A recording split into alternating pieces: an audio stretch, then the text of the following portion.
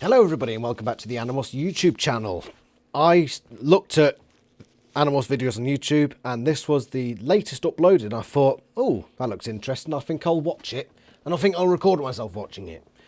This is by Dead Good Book Reviews and it's called My Least Favourite Animorphs Book So Far, ? Animorphs 17, The Underground, which is this book.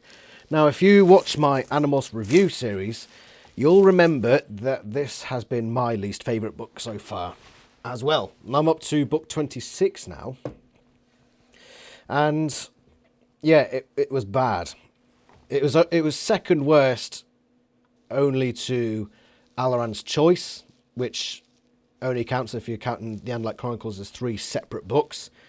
But if you count the Andalite Chronicles as one big book, then this is the worst book that I've read so far. So I'm very interested to hear what this person... I've apologised, I've never come across this channel before, so I don't know your name. I hope you say your name at the start so I get to learn it. But I want to see your opinions and see if it matches mine.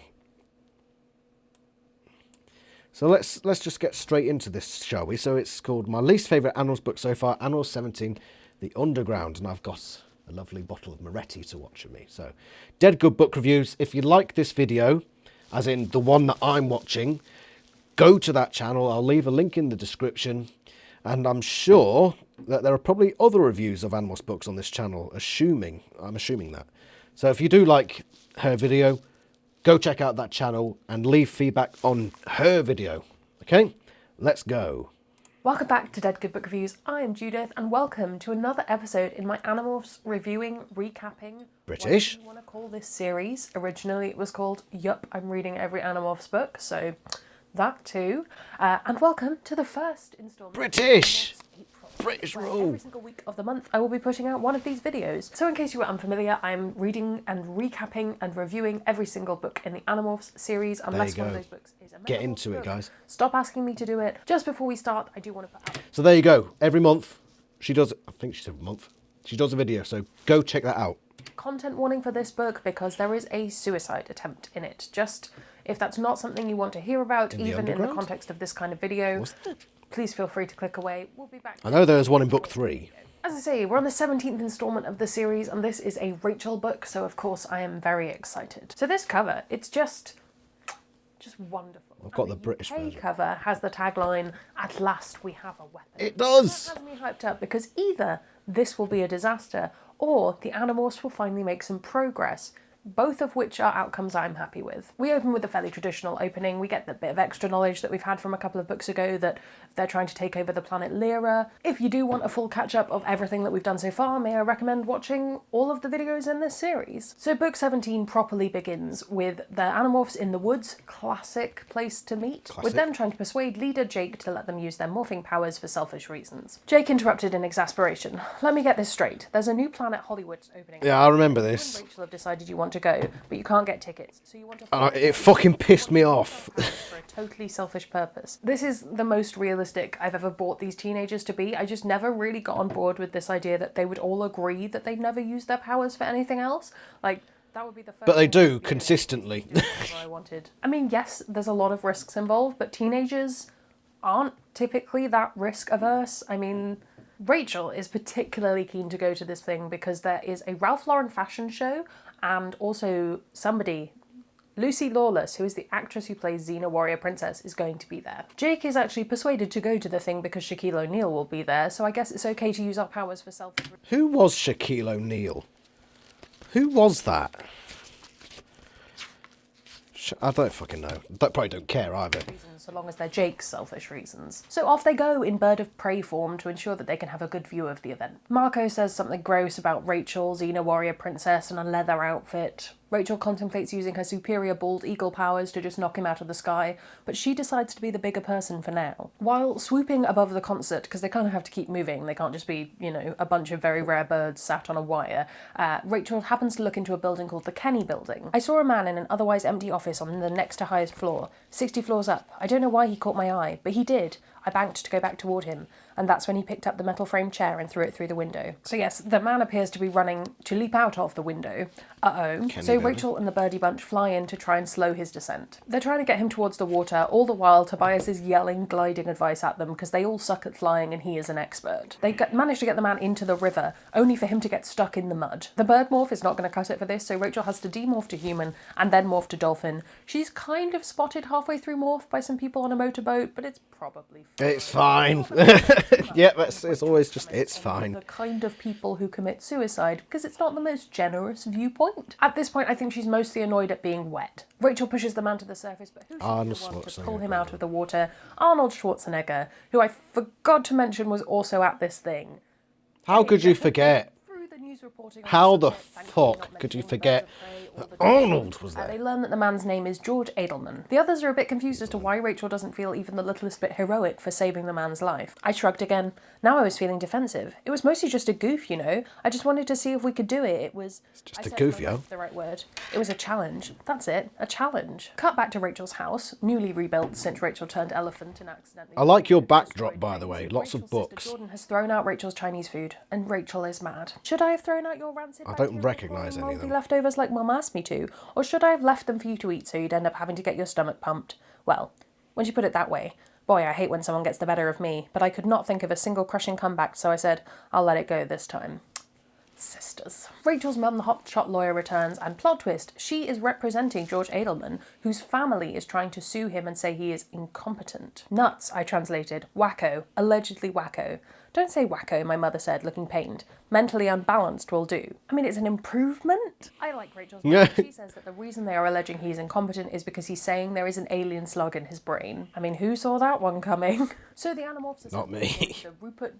Oh, wait, hang on, I'll get it right. The Kent... Rupert J. Kirk State Mental Health... Oh, yeah. They want to do some reconnaissance, see how easy it's going to be to bust in and see what's what. So we get in, we find this George Edelman and try to figure out if he knows something about the Yix. Then we leave Marco behind and get out. Yix?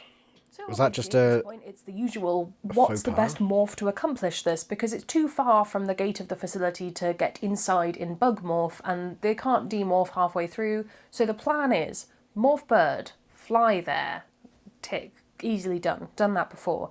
Then morph cockroach, get inside the food that is being delivered on a food truck so they can demorph. I hated all of this book, if I remember correctly. Every single plot point was just bad. A little bit gross to think about that on your food, but you know. This was no exception. And then something. That's really as far as the plan has gone. Yeah, that's Jake's plans.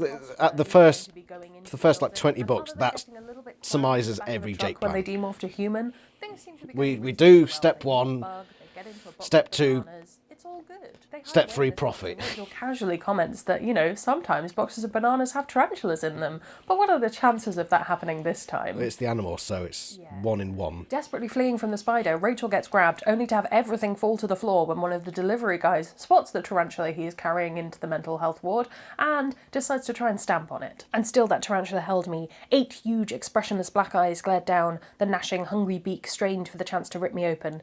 "Is that one of you?" Tobias cried from far away. Thanks be to a million years of evolution that has given the hawk its magnificent eyes. Oh yes, love those eyes. So Tobias the spider devourer rescues Rachel and they make their way into the facility. So there's some actually fairly decent planning happening. Cassie and Axe have morphed into their bird morphs and they are scanning through the windows so they can find out which one has this guy in it. Which therefore means that the Roach team have an easier time of finding him. I'm impressed there's been thought put into this. Yes, which is very rare at this stage in the series. Which Axe informs them, because he's peering in, is 1 door down from George Edelman. I rejoined the others. So, now what? Now we talk to Mr. Edelman, Jake said. We need to get him to come in here. We'll have some privacy in here. And then what? He talks to a cockroach? Of course not. One of them is going to demorph and talk to him. Wait a minute, Marco objected. Isn't he going to think it's a little weird, some kid appearing magically in his bathroom? Possibly. It's a facility for people with mental illnesses, Marco, Jake pointed out. Who's going to believe him? I'm not loving this. I'm not loving this attitude. Just putting it out there. Rachel, who's beginning to feel like Mr. Edelman is a bit of her responsibility, offers to be the one to demorph. Having asked a patient while she was mid-morph to go and get George Edelman for her, it's fine, apparently. Yeah, it's He's mentally fine. ill, so no one will believe what he saw. George arrives, and Rachel tells him that she's his lawyer, helping him. Yeah, every fucking part of this book was just a disgrace. That's fine. Rachel gets Why did I give it 3 and not 1 or 2? thing that he did, and he says it's Must have been because some of the bloody yick in my head. part of it Mr. was Abel, alright. I think it promise was just that the I won't characters were laugh, all and I in won't make you character. take any pills, and I won't say you're crazy. To your face. Can you tell me what you mean when you say yick? As he starts to explain, he goes into a kind of spasm and starts talking in a really weird voice, which I'm not going to try and do here. Are you okay? No, he whispered. It happens sometimes. It's the yick. You see, he's gone mad. I will say, I'm loving this so far, but your pronunciation of yerk, it just I don't know. Every time I hear it, it's like no, and it could be pronounced like that, but I don't know. I don't fucking know. Just fucking random tangent. He is insane. Yerk. I don't. It just doesn't roll off the tongue as easily as yerk. I can't imagine yick mental health awareness is much better. Yerk.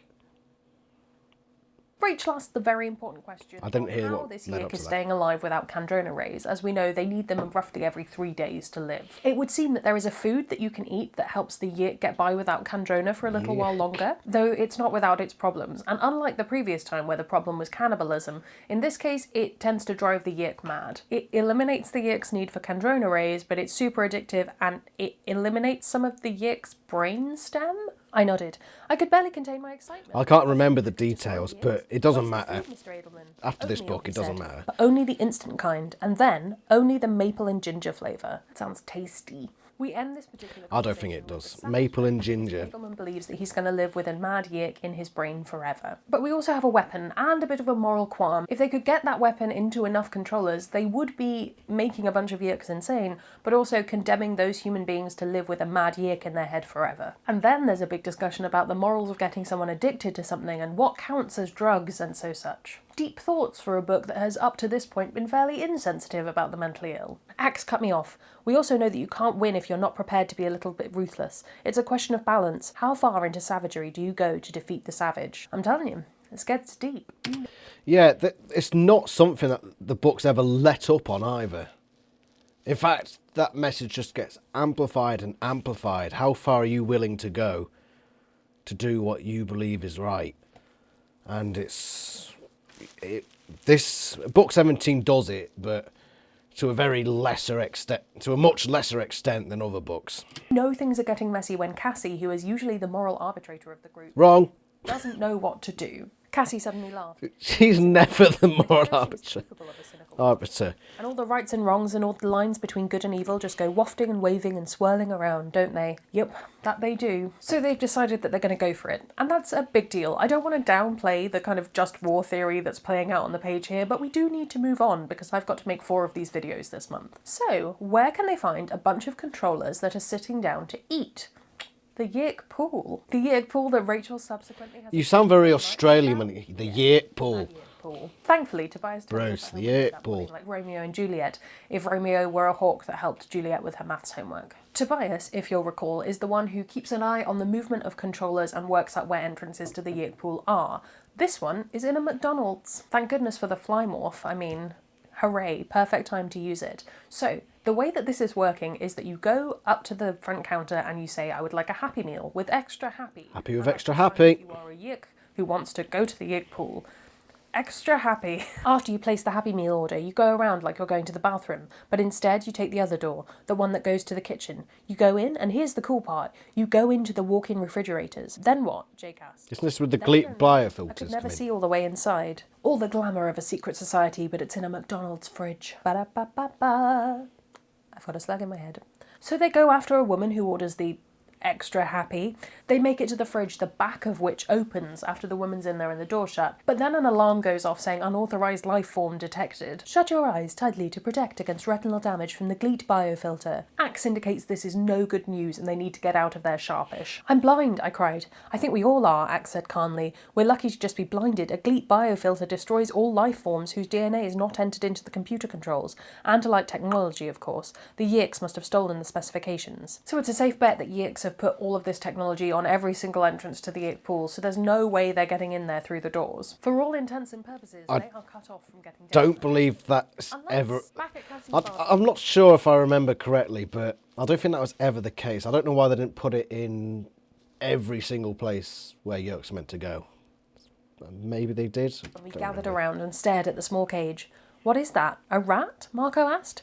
It's a mole. Tobias said. I love moles. They're so cute. So yes, the plan is to dig down into the ick pool and then somehow get the oatmeal down there. But that plan can come later. In the meantime, they can just start stocking up on oatmeal and also digging down to the ick pool. So using a bit of quick maths, they work out roughly where the centre of the ick pool is. Obviously, they don't want to dig down directly down there. They would just fall through. So they try and work out, let's go a little bit to the left. The book did have some logic to it at A times. nearby tool shed that will be perfect for demorphing in and digging down. Cassie cleared her throat. Maybe I should have mentioned this earlier, but it's not about all of us being moles at once. Not at first, anyway. I mean, only one mole can dig at a time.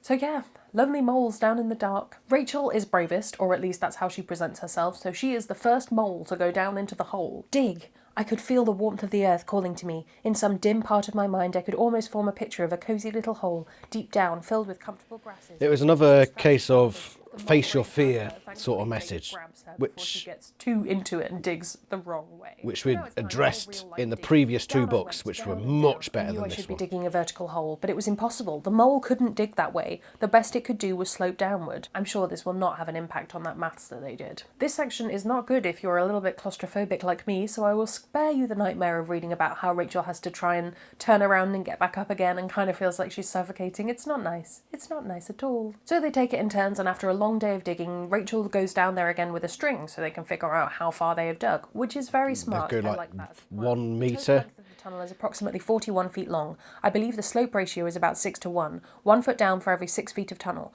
That would mean we tunnel down approximately 6.8 feet. Time for a digging montage. So they're digging for a while, and eventually they hit rock. They think, oh no, we've hit bedrock, there's no way we're getting down there. But Rachel manages to find an opening into a cave. Climbing down through the gap in the rock, Rachel falls into a pile of something soft and not that nice smelling. And I'm beginning to think I know where the morph from the cover is going. We can't back out now, It's a bat. Marco said. I have 36 boxes of maple and ginger instant oatmeal at home in easy open single serving pouches. Whatever gives you a reason to keep fighting, Marco. Cassie makes the very good point that there must be an exit to this cave because the bats are in here and they must be able to get out. So they won't be buried alive. Always nice. I raised myself up. I stood up. I raised my head. And that's when I made a discovery about the cave not being as high as we'd thought. You see, my head was entirely surrounded by soft, warm, fuzzy bats. There was really only one thing to do. Marco, I said, be sure and stretch out. Up on your tiptoes now. So they morph bat, and with the joys of echolocation, they find an exit. But that exit doesn't go outside. Yeah, I think one of the only things I liked about this book was the character Which is where they were interactions. trying to go, but how did they get the oatmeal down? And a specific interaction between Rachel and It's Cassie in something books called osmosis on node. page 60. It's what they or something use to like absorb Kandrona rays, but they absorb other nutrients as well. They absorb from the liquid of the Yik pool. Well, maybe then they can do some damage without hurting any humans. Alas, the Yiks haven't left the pool completely undefended despite their defences above, and some hunter robots chase them down. Rachel is hit, Tobias is hit, the robots are chasing them, but Axe points The out hunter robots Cassie lobs some rocks at that them. we've never seen before, and Another as far as robot I'm concerned, we fires, never and see in again. shielding him, Rachel loses a wing, and she falls down into the Yik pool. Things to note from the Yik pool. Number 1, Rachel is safe so long as she doesn't demorph, because the bat head is too small to fit a Yik in. Number 2, since the robots are programmed to hit anything that isn't a Yik, then it's a good bet that this is not the first animal that has ever fallen into the pool. So she's not going to be, kicked out just for being a thing falling into the Yik pool. Number 3, the Yiks can't see her in this state, so it's horrifying, sure, but it's okay, she's not going to be found out. I was drifting around in a lazy semicircle, coming closer and closer to that evil steel pier where they dragged the hosts and thrust their heads under the water to allow the Yiks to re-enter. Under the pier. If I was going to demorph, that was the place. I mean, Rachel's brave. I wouldn't be human within 100 feet of that pool. But human she becomes, and then she goes into another morph that she swore she would never do again. Ant. Yes, it's ant. Yeah. Rachel hitches a ride on the shoulder of the person who has just been turned in for control. And manages somehow to drift into just the right place to get out of the The pool. box in that storeroom is also a Draken beam, so I guess we're getting into kids with guns in this book. Sudden light. A door opened. A Hawkbajir warrior was framed there. He blinked once in the darkness. I raised my hand and squeezed the trigger. Tsew! The Hawkbajir dropped. I stepped That's over to him. cool. He was still breathing. I was breathing too, in ragged gasps. So that was the low power setting, I said. Well, this can only go well. Rachel makes her way out into the Yik pool complex. Oh, this part is bollocks. Oh, I hated this bit so much. The Yerk pool Yeah, bit. Axe is there. He's demorphed because, otherwise they're going to hit their limit. So who should they call to deal with another Andalite? Well, Visa 3 is on his Visa way. 3 is Marco on his tries to way. thought speak to Rachel and she can hear him, but obviously she's not in a morph right now, so she can't thought speak back. Suddenly, a commotion. A small knot of humans and one Hawkbajir were coming towards me. They're bringing a lady with them, and she's up to something. Don't lecture me about humans. I've been in this host body for 2 years, and I know the smell of maple and ginger. Oh yeah, that fucking convenience. Never thought I'd see There's a such reason I had that idiots Homer lower Simpson themselves clip in behaving like the humans. review He videos jerked of his this. head. Take her away. Just the amount of Yicks have been convenience. confiscating oatmeal from people who are randomly bringing it down to the place where all the yicks are, and they've been keeping it in this little tin shed that's about 50 feet away from the yick pool guarded by Hawkbajir. In addition to everything else, I knew Visa 3 was It's on just his way. so Safety shit. wires were running short of morphing time, and there were 200 pounds of maple and ginger oatmeal sitting in a shed within 50 feet of the pool. I hope this works out. The action scene unfolds as follows. The alarm goes off. Someone has discovered the Draken-beamed Hawkbajir from earlier. Marco tries to reach Rachel again. A Taxon turns up. A man grabs Rachel and seems to work out that she might be an Andalite bandit. Rachel Draken beams him, but in such a way as it bounces off him and hits her too. Rachel pretends that the man in fact shot her and that he is the Andalite bandit. She runs away. Cassie and Rachel find each other. Cassie's just there. It was what was it in the book? Suddenly, Cassie was there. It was something like that. I've no need to find it really. It was quite literally. And then, suddenly, Cassie appeared. Extremely loud message in some language neither of us spoke, and then to my amazement the top of the dome began to open up. It was just a circle, and from the filtered quality of the light that came down I could tell it was the bottom of a tunnel. It must have cut straight through some portion of the Bat Cave. Cave with bats in, not the Bat Cave. It's everyone's favourite villain, Visa 3. Ba-da-ba-da-ba-ba. He is aware that the Andalite bandits could be anyone, so he's checking everyone. Rachel creates a diversion by screaming that one of the Taxons is in fact an Andalite. She also shoots a bunch of Yicks nearby. I think we should maybe take the Draken beam away from Rachel. I know it's on stun mode, but still. Back there, I yelled, pointing to a door. I yanked it open, a food pantry, and there, sitting calmly atop a crate of canned minestrone and enjoying a banana, sat a gorilla. Marco? Rachel starts to morph. Yeah, that was a shit scene as well. They're in mortal danger and Marco is just eating a banana. What the fuck? They need power, they need strength, so it's time for Rachel to do one of my favourite morphs. Elephant. Knock down wall, run out Hawkbajir, smash stuff, you know the drill. I wrapped my trunk around one of the barrels of confiscated oatmeal. I lifted it up like a feather. I saw the closest Hawkbajir hesitate. I threw the barrel in a high arc. It landed with a big soggy splash right in the middle of the Yik pool. But the barrel of oatmeal isn't sinking, so Marco aims the Draken beam at it. He's the only one with hands. This brings them to a bit of a stalemate with Visa 3. Visa 3 does the calculations, some very quick maths again, and he reckons about 500 Yiks will be compromised before they can clean the oatmeal up. And he also steps right in front of the elephant. He can just sort of write off as part of the risk. Where he's in danger. Except, well, maybe. Elephant Rachel lifts up Visa 3, earning her some terrible slashes from his tail. I lifted the Visa high in the air. And he misses the fucking elephant. Because he's a fucking divvy. Is the way that they have phrased that splash noise. Visa 3 hit the Yik pool, and they dash out of there, taking their friends with them. Tobias spots Visa 3 morphing into something that presumably will mean he doesn't ingest any oatmeal, because obviously in his Andalite form he would absorb the oatmeal through his feet. It's in a previous book. You don't need to worry. No. I have to correct you there. I have to, from Animorph fan to Animorph fan. It's been stated in other times that I found out recently that Andalites can close off their hooves so that they don't absorb anything. So he would not, assuming he was not a complete divvy, which to be fair he is, he would not absorb any. Worry about it. oatmeal. Rachel's losing too much blood. She needs to demorph. All while Visa 3 is morphing into some kind of porcupine pterodactyl, and all the Animorphs have is a monkey and a wolf. You have more than a gorilla and a wolf, Axe said calmly. You have an Andalite. All right, Axe. Chill. All is lost. Yeah, I agree. Rachel yells to everyone to morph mole right now and shoots down the roof. It took a long time. I had to stop and hollow out enough space to demorph to human so I didn't end up trapped in mole morph. Talk about wanting to scream. Yeah, horrifying to slowly have to dig yourself out from being buried alive. Not nice. Not good. Not wholesome content. Wholesome content. I hate myself. They make it into the cave just as the bats are swarming out for dusk, and they fly with them. But there is one thing left on Rachel's to-do list. Coming home after that strange task that... Oh, even the ending was fucking shit, wasn't it? Ran away. It was just such a frustrating piece of shit book. Bear calmly walked in, knocked the doors down, and told the man in some kind of psychic way. I mean, you have to envision a grizzly bear, a psychic talking bear, told the man, she checked the notes she'd written down, told him to leave, get out, but not to do anything dumb like trying to hurt himself because the bear had had a really lousy day and didn't want to have to save him again. I'll take it as an ending. Not great, but I'll take it. It wasn't, no, I don't even take it. I don't take it. It was a shit ending. It was awful. Awful. And if you want to know why it was awful, just go watch the review. This book because I think it's problematic, and instead take the second to last line as the ending. That was the end of the first and only great battle to ever involve oatmeal. Bit of a weird one this week. It's not my favourite. In fact, I think it's probably my least favourite Animorphs book yet. I just think that the way that we talk about mental health has changed. And arguably, I probably would have been just as terrible talking about it when I was a teenager. But I feel like then if you're saying that this book is modelling behaviour for teenagers in the 90s, I'm aware it's not doing it now, I think that, yeah, this is one that I would rewrite. I would rewrite it to be a lot more forgiving, perhaps, of certain elements of the story. Wonderful. Well, thank you. Well, we're talking teenagers. If you listen to teenagers speak, or at least, well, I've seen teenagers speak, they don't give a damn about political correctness. So it's realistic. So I don't. Why would you need to? It's more realistic the way it is.